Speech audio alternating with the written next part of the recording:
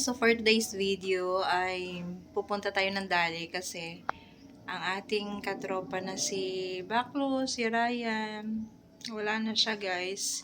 Kaya, pero bago ang lahat yan guys, lagi namin nakikita na akala namin okay na si Baklos. Pero although na pumayat siya, pero umasa din kami na magiging magiging okay. Ayun nga lang, talagang sadyang araw niya na talaga. Kaya yun guys, na mahinga na talaga si Ryan. Pero okay na rin yun. At least, kumbaga, wala na siyang mararamdaman na sakit.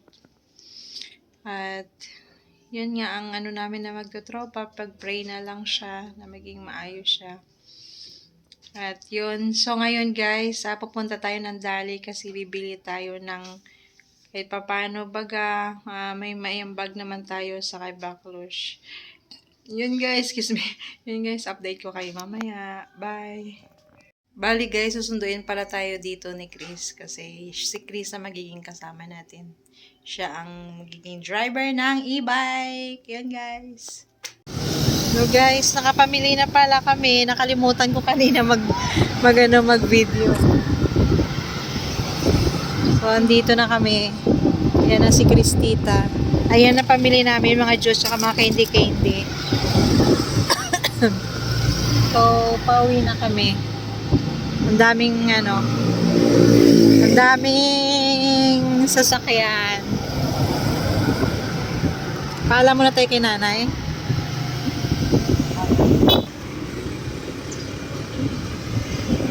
Ayan, pasok na kami.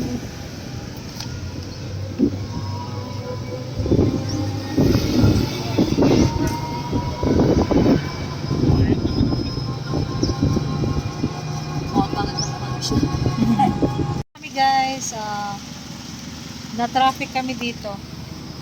So, ito na napamili namin. Juice at saka mga candy. Dadali na namin doon kay Bakla. Traffic kami.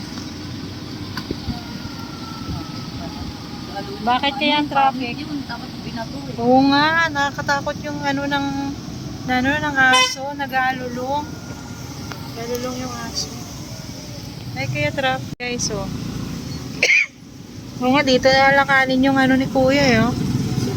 Nasiraan nata to.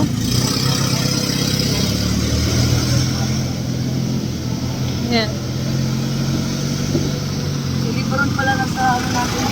Ha? Bulo. Oh, ayan, oh. Daanan natin guys, oh.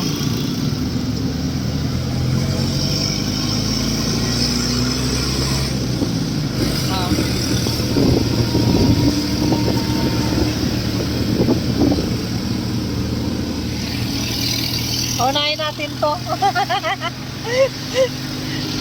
Mauna ka na. Mauna ka na, mabilis kami.